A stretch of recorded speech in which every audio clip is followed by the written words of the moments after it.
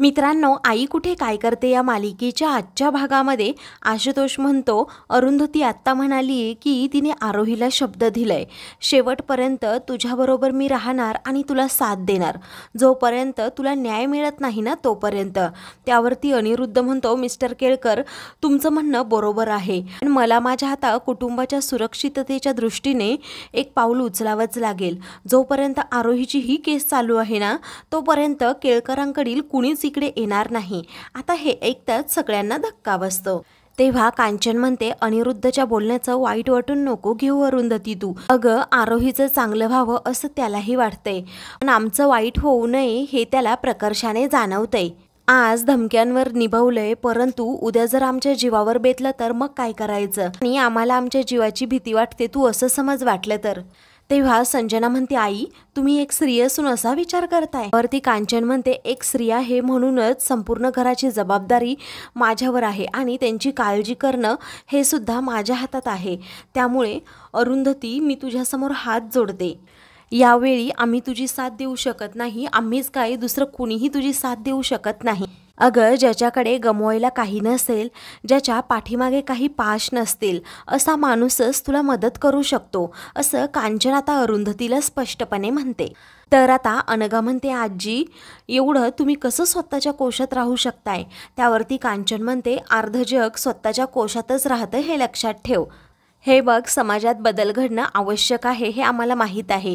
तू तुझ्या जागेवर बरोबर आहे आणि मी माझ्या जागेवर बरोबर आहे. आणि तुला देखील माहीत आहे ही लढाई तू जर अशीच पुढे चालू ठेवली तर आम्हाला आणि तुलाही याचा खूप मोठा त्रास भोगावा लागणार आहे. आता तू इथे न येण्यातच सगळ्यांचं भलं आहे, असं कांचन अरुंधतीला म्हणते. तर आता कांचनताई, तुम्ही असं का बोलताय असं आशुतोष विचारतो. त्यावरती आई बरोबर बोलतीये, अरुंधती तुला परोपकाराची नशा आहे आणि या नशेमध्ये तू आपल्याच लोकांचे खूप दाबळी दिले आहेत, असं अनिरुद्ध म्हणतो. आता तो स्पष्टपणे अरुंधतीला म्हणतो, जोपर्यंत ह्या सगळ्याचा निकाल लागत नाही तोपर्यंत तू इथे पाऊल देखील ठेवायचं नाही. आप्पा म्हणतात, अगं कांचन, तू कोणत्या जगात राहून विचार करतेस. अगं, कौरव 100 होते आणि पांडव 5 होते तरी पांडवांचाच विजय झाला, कारण त्यांची बाजू ही सत्याची होती आणि सत्याला ताकदीचं भय नसतं, कारण सत्य ही जगातील सर्वात मोठी ताकद आहे. तर आता अरुंधती हुशार आहे, कायद्याच्या विरोधात जाऊन काहीही करणार नाही, असं आप्पा कांचनला समजावतात. तर कांचन म्हणते, सिंहाच्या जबड्यात हात घालणाऱ्याला मूर्खपणा म्हणतात, शहाणपणा नाही, आणि अरुंधती नेमकं तेच करतीये. तर आता पुढे अरुंधती सगळ्यांचं बोलणं ऐकून घेते आणि म्हणते, आई आप्पा, हे पहा, तुमची भीती साहजिक आहे, पण एकच गोष्ट मी तुम्हाला सांगते, मी माझ्या जीवात जीव असेपर्यंत आरोहीसाठी लढणार, मी माघार घेणार नाही. तर आता आशुतोषला देखील अरुंधतीचा हा निर्णय मान्य असतो. तेव्हा ती म्हणते की जोपर्यंत आरोहीला न्याय मिळत नाही तोपर्यंत मी इथे नाही येणार. तर आशू म्हणतो, आता जोपर्यंत आरोहीला न्याय मिळत नाही तोपर्यंत तुमच्या घराबाहेर सिक्युरिटी असेल, तुम्ही काळजी नका करू. तर आता अरुंधती म्हणते, मी आरोहीला घेऊन येते. आशुतोषला म्हणतो, माझ्या जीवात जीव असेपर्यंत मी आरोहीसाठी लढणार. तर आरोहीपासून जेवढं लांब राहता येईल तेवढं लांब राहा, असं अनिरुद्ध यशला म्हणतो. त्यानंतर संजना आता बाहेर वरांड्यात उभी असते. तेव्हा तिला भास होतो की समोर कोणीतरी माझ्यावर नजर ठेवून आहे. तेव्हा हे पाहताच आता तिला खूप मोठा धक्का बसतो. ती जोराजोरात ओरडू लागते, कोण आहे, कोण आहे. आता ती इकडे तिकडे ती काठी शोधू लागते. तेव्हा काठी तिला सापडते. काठी घेऊन ती पुढे पुढे जाते. तर आता समोरून एक मुलगा हा धावत जाताना तिला दिसतो. तेव्हा ती अजूनच खूप घाबरते. कोण आहे, समोर या, असं म्हणते. संजना आता पूर्णपणे घामाघूम झालेली असते. आता तेवढ्यातच अनघा तेथे येते. तर आता संजनाला वाटतं की जे कोणी धमकी देणारे आहेत तेच माझ्या पाठीमागे उभे आहेत. तेव्हा संजना आता जोरात त्याच्या डोक्यात काठी घालणार असते, पण अनघा म्हणते, संजना ताई, मी आहे. आता अनघाला पाहता संजना पटकन ती काठी खाली घेते आणि म्हणते की इथे कुणीतरी माझा पाठलाग करते, माझ्यावर नजर ठेवून आहे. अनघा म्हणते की इथे तर कुणीच नाहीये. त्यावरती संजना म्हणते, अगं मी तुला कसं सांगू, आत्ताच तो मुलगा इथून पळाला. त्यावरती आता अनघा देखील खूप घाबरते आणि म्हणते, खरंच होतं का इथे कुणीतरी? मला असं वाटते आपल्या घरात जे काही चाललंय, मगाशी जो काही विषय झालाय, त्यामुळे तुम्हाला आता भीती वाटणं साहजिक आहे. तुम्ही इथे बसा, आपण बोलूयात या विषयावर. तेव्हा संजना आता खूपच घाबरलेली असते.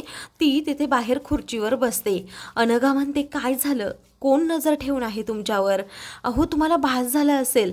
संजना म्हणते, असं होऊ शकतच नाही.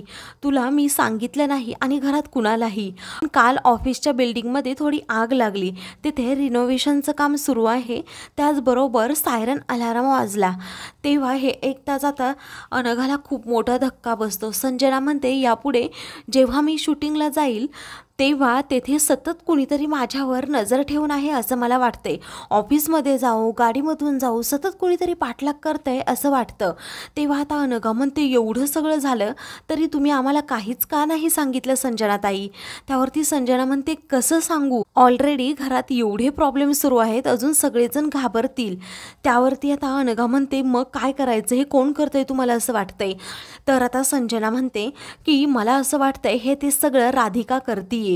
ती राधिका माझं इन्स्टिट्यूट बंद पाडण्याच्या मार्गावर आहे, पण मी तिला घाबरणार नाही. अनघा म्हणते, आपण दोघींनी जाऊन तिच्या विरोधात पोलीस कंप्लेंट करायची का? तेव्हा संजना म्हणते, नको, पोलीस कंप्लेंट तर मला करायचीच नाहीये. आता माझ्यात ताकदच नाहीये की मी पोलिसांपर्यंत जाऊ शकेल म्हणून. तर आता मी अनिरुद्धला सगळं काही सांगते. तो यातून नक्कीच चांगला काहीतरी मार्ग काढेल. जर त्याने मदत केली तर, आणि नाही केली तर मला माझंच पाहावं लागेल, असं संजना आता अनघाला म्हणते आणि सांगते की मी आत्ताच्या आत्ता अनिरुद्ध बरोबर बोलतेच. ती रूममध्ये जायला निघते तर अनघाला खूप टेन्शन येतं. ती बाप्पाकडे प्रार्थना करते, बाप्पा, ऑलरेडी आम्ही खूप मोठ्या टेन्शनमध्ये आहोत, अजून आम्हाला दुसरं कोणतंही टेन्शन नको आहे. तर दुसऱ्या दिवशी आप्पा हे यशला आता कॉफी देतात. तर यश म्हणतो, आप्पा तुम्ही का केलीत कॉफी? आता अनघानेच सगळं काही केलंय, मी फक्त तुझ्यासाठी घेऊन आलो, असं आता आप्पा यशला म्हणतात. तेवढ्यातच अभि तेथे येतो आणि यशला म्हणतो, मला तुझ्याशी थोडं बोलायचंय. यश म्हणतो, बोल.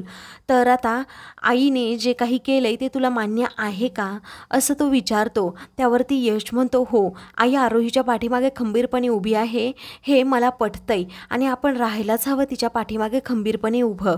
तू का नाही राहत?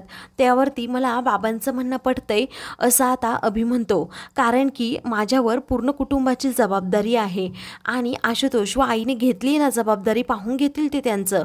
तेव्हा सगळं काही आईवर सोपवलं म्हणजे झालं का काम, असं यश म्हणतो. तू तिच्या पाठीमागे उभा राहा किंवा नको राहू, पण मी राहणार आहे, असं यश म्हणतो. तर अभि म्हणतो, हे बघ, मी पुढे काही बोलू शकत नाही, पण माझं काम नवीन आहे. संजना, अनघा, आजी, जानकी घरात असतात. सतत अशी डोक्यावर टांगती तलवार घेऊन मला नाही जमणार. आणि पोलीस प्रोटेक्शन दिलंय ते खरं आहे, परंतु आपल्याबरोबर सतत असतील ते पोलीस मला असं वाटत नाही. त्यामुळे प्लीज मला तुम्ही यामध्ये ओढू नका, असं म्हणून तो आता अभि तेथून निघून जातो. अभिचं हे वागणं आप्पा आणि यशला आवडत नाही. यश म्हणतो, आप्पा मी काय करू यामध्ये? आप्पा म्हणतात, एकाच प्रश्नाचं मला उत्तर दे, ते म्हणजे जे काही होणार आहे पुढे ते परिणाम भोगायला तू समर्थ आहेस का? त्यावरती यश म्हणतो, हो आप्पा, मी समर्थ आहे. आप्पांना आता यशचं खूप कौतुक वाटतं. इकडे आशुतोष हा किचनमध्ये स्वयंपाक बनवत असतो.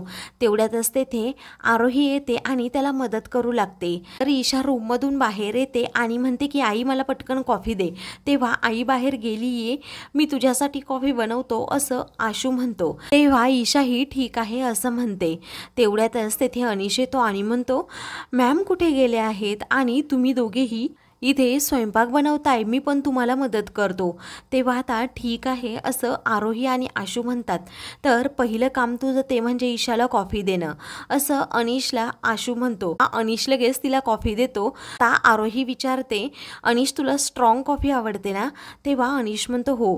तर ती खूप छान अशी त्याच्यासाठी स्ट्रॉंग कॉफी बनवते. ते पाहून ईशाचा जळफळाट होतो.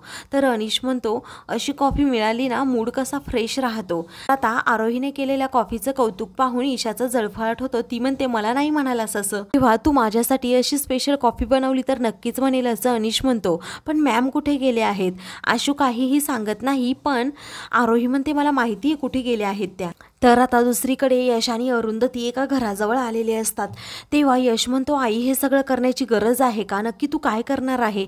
तेव्हा ते साध्य झाल्यानंतर तुला समजेलच, असं अरुंधती म्हणते आणि त्या घरामध्ये जायला निघते. ती म्हणते, सगळं काही सुरळीत चालू असताना माझ्या घरामध्ये, माझ्या मुलीच्या आयुष्यामध्ये ह्या लोकांनी वादळ आणलं. आता मी यांना ह्या प्रश्नाची उत्तरं विचारणारच, असं म्हणून आता ती त्या घरात जायला निघते. तर आता मित्रांनो, पुढील भागामध्ये अरुंधती आरोहीला त्रास देणाऱ्या मुलाच्या कानाखाली मारते. अशाच मालिकेंचे पुढील भाग पाहण्यासाठी चॅनलला सबस्क्राईब करा.